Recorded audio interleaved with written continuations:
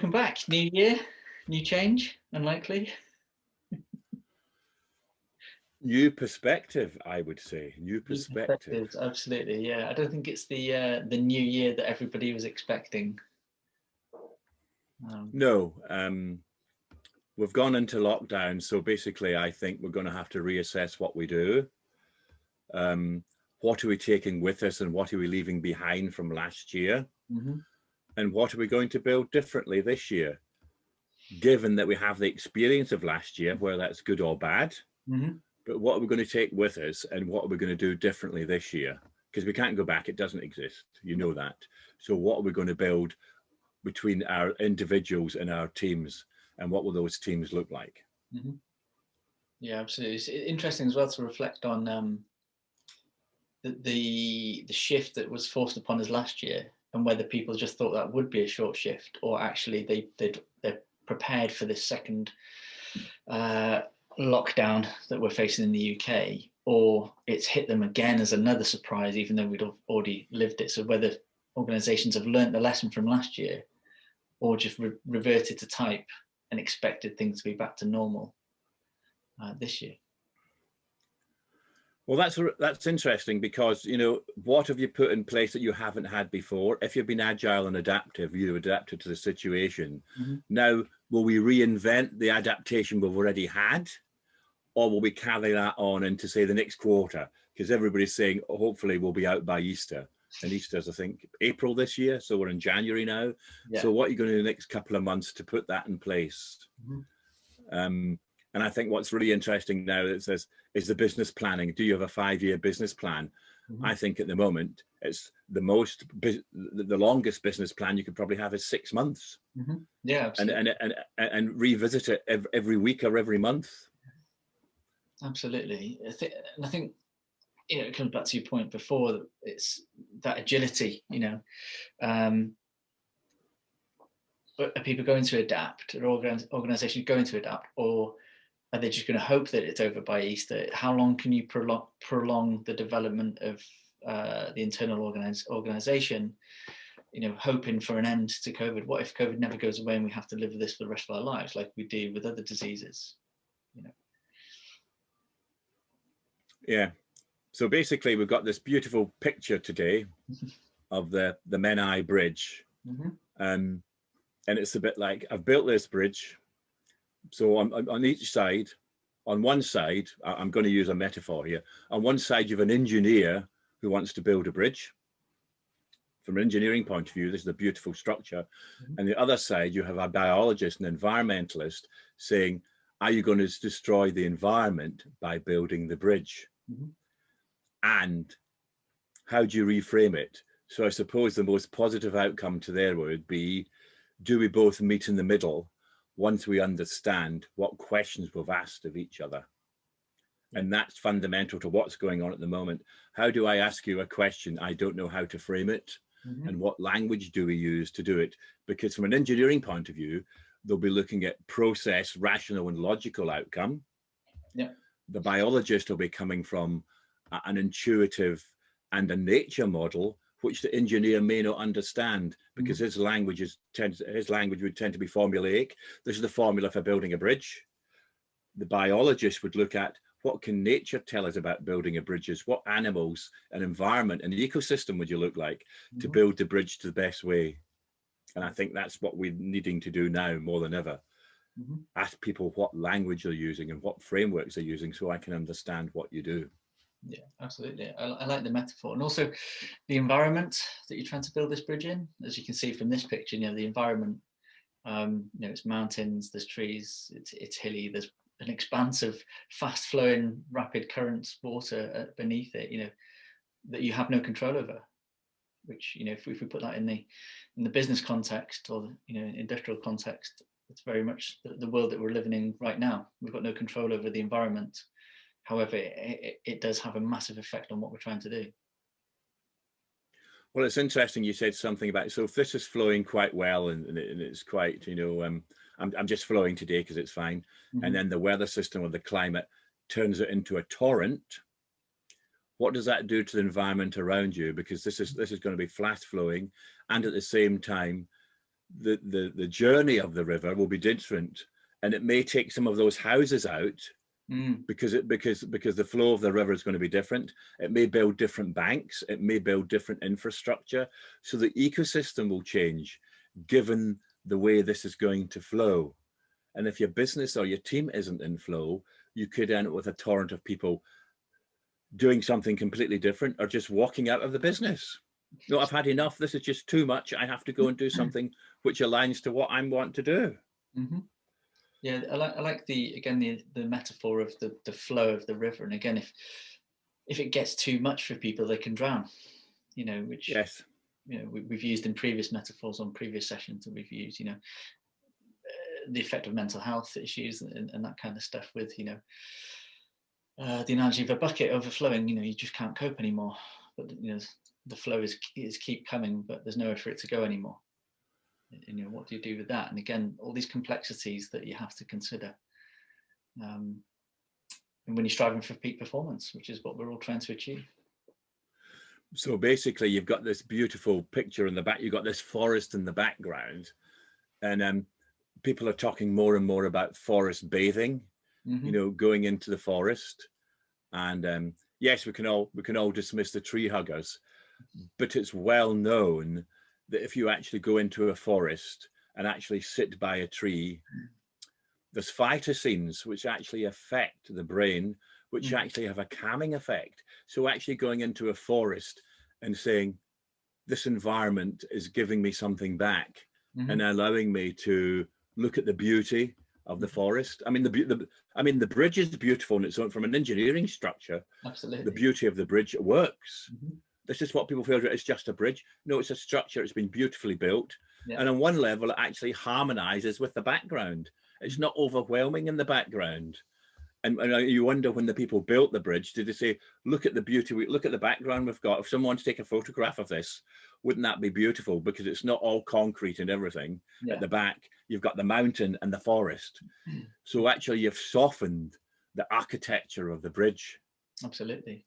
And again, we can use the background as well for some similar metaphorical sort of explanations of the challenges of leadership, perhaps, you know, or performance. You know, the environment up there, and that's the Snowdonia National Park. You know, it can be unrelenting and you know, unforgiving.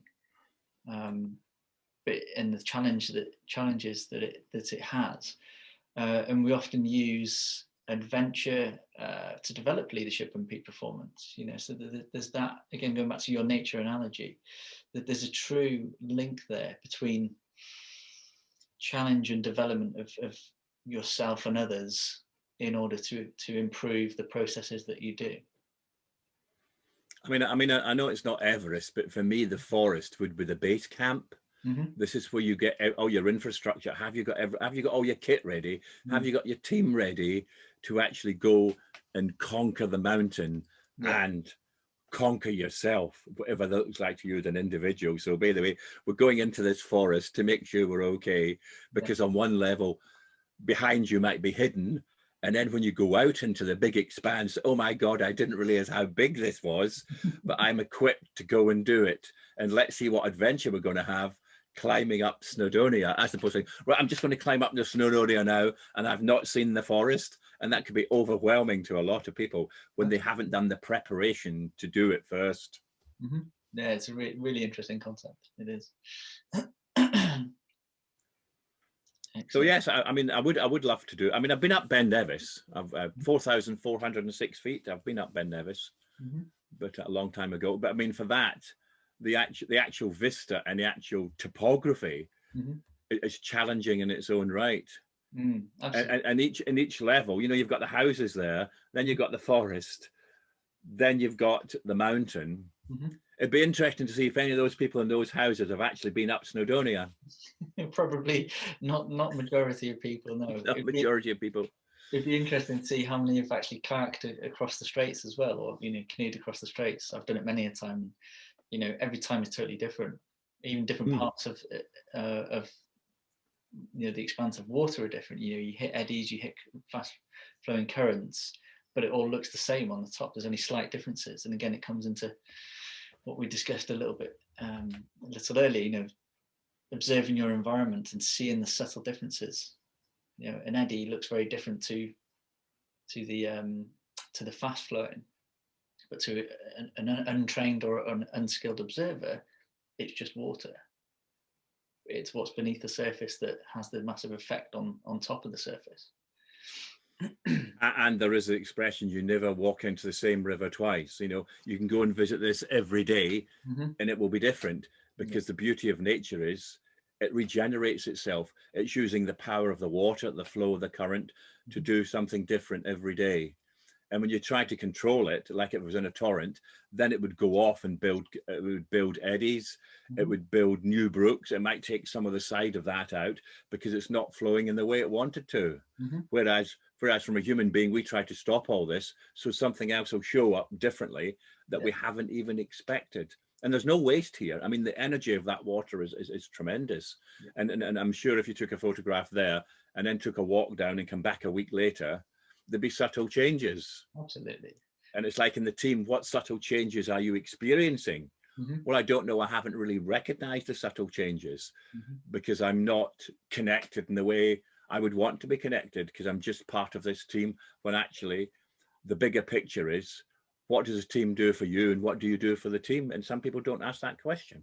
It does. And I like you touched on it there, where you just say, you know, if we try and, you know, divert the flow of that water, for instance, okay, we've diverted it from here. And this is what organizations tend to do, is they don't think holistically or systemically, and they make a change without assessing the impact on everything else. And if we know, if we, you know, put another concrete sort of stanchion in there to support that bridge, okay, we've achieved our aim, we've diverted the water away from where we need it to be, but what's the effect further on down the river? You know, and a lot of mistakes are usually made with trying to correct what you've just done at the start. Whereas if you'd looked at it holistically, you'd already know, okay, because of this cause that I'm doing, these are the effects it's going to have in the wider environment in the organization. You see, what's really interesting, if you look at the pillars on the bridge, I mean, if they were going to design it now, would they design it different? You see, we've got arches where the water can flow, but almost where the main struts are, the square. If that was round, or has the water rounded it so it flows better, you know, because nature will say, by the way, you're coming against this bump. Now you either take it out or I'll reshape it so that works better for me. And that'd be a fascinating thing to ask an engineer now. How would you build that now? If you had to redesign it, or would you make it more circular and curvy so the water would flow differently? Yeah, it's good for us kayakers because it creates a natural eddy behind whichever way that the current is flowing at the time, and so you can practice getting in and out of current. So it's really cool for kayakers learning their trade, which is why I've spent a lot of my time down there. And it's interesting that the building on the archway, you know, the struts are taking all the strain, and yet it's been worked out, you know, mathematically how this is going to work and how it's going to support the bridge. And it doesn't look as if it's going to fall down anytime soon either, which is absolutely remarkable. You know, I'm sure they go and look at the bridge and they test the bridge and make sure it's okay. But if it maybe was a different design, it wouldn't be there. And then you have to take your hat off to Telford. You know, what was he using when he was engineering this bridge? You know, a piece of paper, some mathematical formula, and that's it. I don't know if he had a slide rule in those days, probably not. No. But he'd have to have worked it out, you know, all the forces. Absolutely. I'm doing that. Yeah. And now we can model it in 3D, which is remarkable. And you probably come up with slightly different, but holistically, they probably build the same bridge. Probably, yeah. Slight differences, but yeah, I would imagine so. Yeah. So it'd be interesting to find out how, I'm thinking of the mountain and the forest, how that actually affects the bridge. Could we go and measure what the environment's doing to the bridge that we wouldn't been able to do before? So it's like the team, what we're measuring now, our value, what value have we got now that we didn't understand before? Because the mountain and the forest must be affecting the bridge, and that'll affect the rainfall as well. Absolutely. Yeah, no, it does, absolutely. So I think there's loads of questions going on from what is the system doing here holistically, and what we're generating the system that we didn't know about before, Mm-hmm. given that we're going to build a team differently now. You know, we now got all this information we didn't have before. How are we going to use it in a different way? So basically, the new lockdown, we now have more information we've got from last year. Mm-hmm. How are we going to assimilate that into the organization? Yeah. Because we were all panicking last year because we didn't have a reference point. Now we seem to have a reference point, although it's shifting. Mm-hmm. But Yeah. what we're going to take out of that to say, right, this is what the organization was going to do. Mm-hmm. Yes, it'll be interesting to keep an eye on it as the next couple of weeks evolve. Yes, yes. I mean, they're saying that they want another 3 weeks of lockdown in Wales now. Mm-hmm. There was a thinking about this morning. So, and you know, I don't know. Yeah. Well, but I think organizations really going to have to say, right. I was talking to someone about leadership yesterday, and I went, who are you asking in the workforce about what they're doing? And the good leader, yes, is on the ground floor, but at some point the good leader has to do the helicopter view or the balcony view, go and look at it and say, this is what's happening. And can I come and ask you what you're doing? Yeah. But you're the CEO, you're the leader. Why do you need to ask that? And it needs to be asked more than ever, more than ever. Yeah, it does. And it's a fine balance that they need to do. You need to understand what's happening on the ground. But also you need to step back and view the environment that we've got here. You know, it's all well and good going measuring stuff on the bridge there, but actually, you know, if it's falling away on the other side and you can't see it because you're too engrossed, then that's a failing on your part. So yeah, you've got to zoom in, zoom out. And someone was talking about the customer. You know, who's your customer? Well, the person on the end of the phone. I said, but how many people are on your team? 12. What are they? They're your internal customers. Why would you treat them any different from an external customer? And this is what's lost at the moment. This is what, you know, every time the phone goes, the customer's right. But actually, you've got 12 people in here who are your internal customers. How would you treat that team the same? There shouldn't be any difference. It's like you phone the person next to you. That's a silly analogy, but people do that. And if that's how they treat a customer, then there should be a seamless process. It should be. So there we go. There we go.